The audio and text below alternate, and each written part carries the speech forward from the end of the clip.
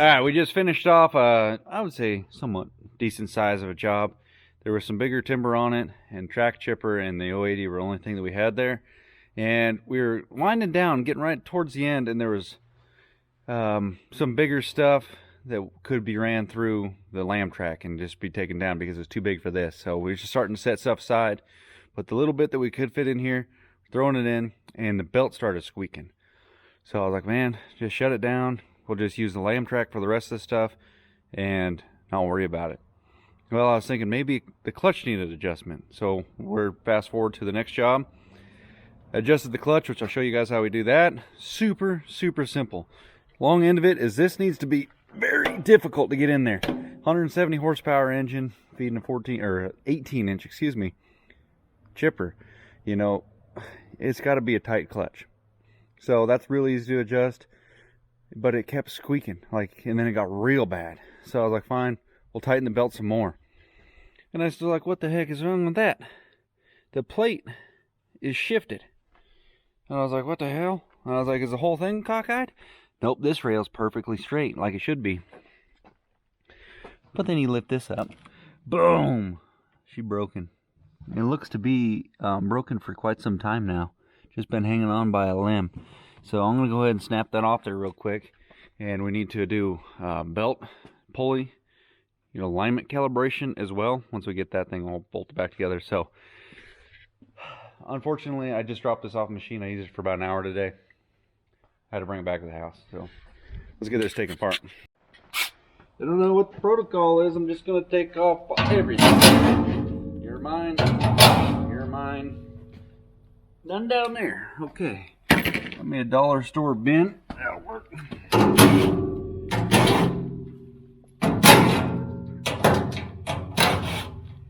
Thing you got to know about forestry equipment. Thing you got to know about forestry equipment or anything like this is these things are designed to run full tilt, full RPM all the time, full load. They're like race cars. It's just everything it's got all the time. Oh, I'm missing one. And sometimes stuff like this happens and you just got to go back and repair it. This machine is almost at 2,200 hours. We've ran it for 400 of those hours. Got a pretty good deal from my buddy Johnny on this. He got a different chipper. What is holding you? You don't know. You act like... Oh, wait a second. That connects right there. Yes, sir, Bob. I'm guessing. Yep. Those ones delete.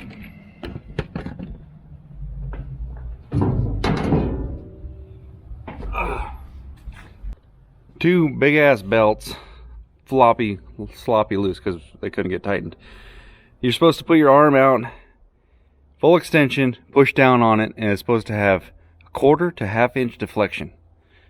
It's got a little thing you stick down in the hole right here, and no, wasn't working. Belts look fine, like they didn't get destroyed by slipping like that, but there's a lot of belt friction right there.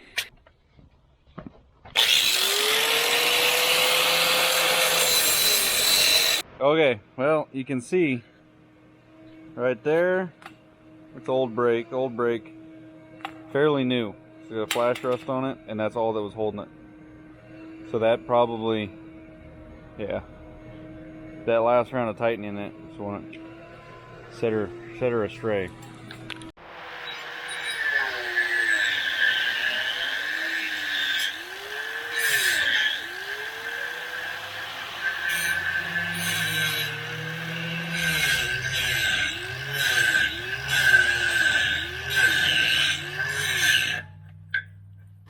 Well, see what you think.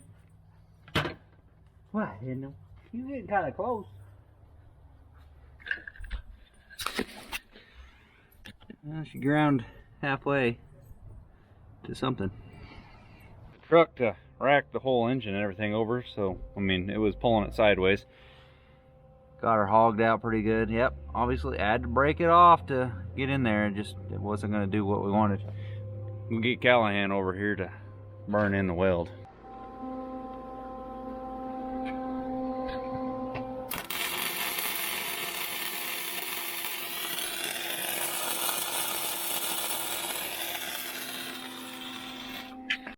Now that everything's adjusted, I'll show you the weld here in a second, but you're supposed to have full arm extension. Push it down, it's supposed to be between 1/4 and 1/2 inch. He's over there beating on a big kid. So like we said, beginning, the source of that crack came from the weld over here, slightly penetrating and fatiguing it right here. So that's all beaded up, a couple holes that way, and burned in. Hey, what are you doing, guy?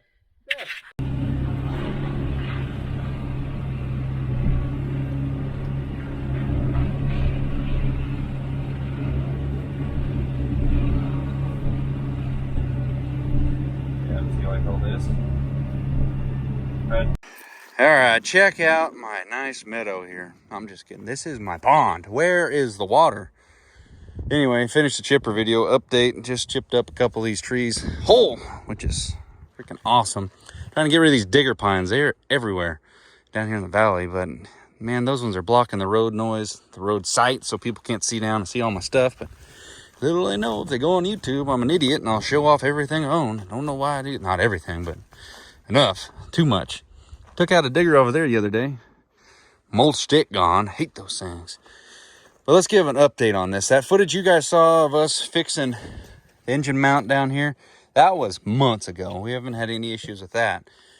Had a couple hard part failures here and there. They're just honestly like a wear item. The machine's got 2,000-ish hours on it, and we've had to do a decent amount of work to it. But it's honestly brought in a good amount of money, I guess. And this summer, it's been put to the test. We just spoon feeding this thing as much as it can handle. 18-inch track chipper, 175, something like that horse. And she's been doing a pretty good job. Well, when we got this thing, bought it from an old friend, and they had fixed 2 things on it before we got it that I was pretty happy that they did. So when we took new ownership, it was kind of hit the ground ready to roll. We thought, immediately broke. But it did have new tracks on it, which is a good wear item that was needing to be replaced. And I knew he was having trouble with his remote and his receiver. Now, this thing, fully remote control, so I can run it from the cab of the excavator, so I can run 2 machines at once. So that's a big bonus, and it's a big key to efficiency that we have. So Prime Tech can be running, Dad can be falling trees, and he doesn't need to come over and babysit this thing. But now, even with the new remote and the new receiver, mind you, the first remote lasted some 1,700 hours. Failed. He bought a whole new one. I mean, he was pretty beat up too. And the new one lasted a couple hundred. Turns out it was getting heat soaked from the muffler, because that's where it used to be located. So we rerouted it to up here. I think it was a little bit too late. It was just poor design on Bandit's end for putting a $1,000-something receiver right there. So I don't know if that was a culprit or not, but it intermittently started failing. Like it would stop, getting signal from the remote, so it would idle the machine down. So it could be mid-log, you could be out in the street, and it would just stop working. So now I don't know if this is where Bandit, the machine, is failing us, or the dealer is, or Bandit manufacturer. But check this out. So now we're gonna have to run the fail-safe, which we had to go buy a new cord because I guess we didn't get one from the last owner.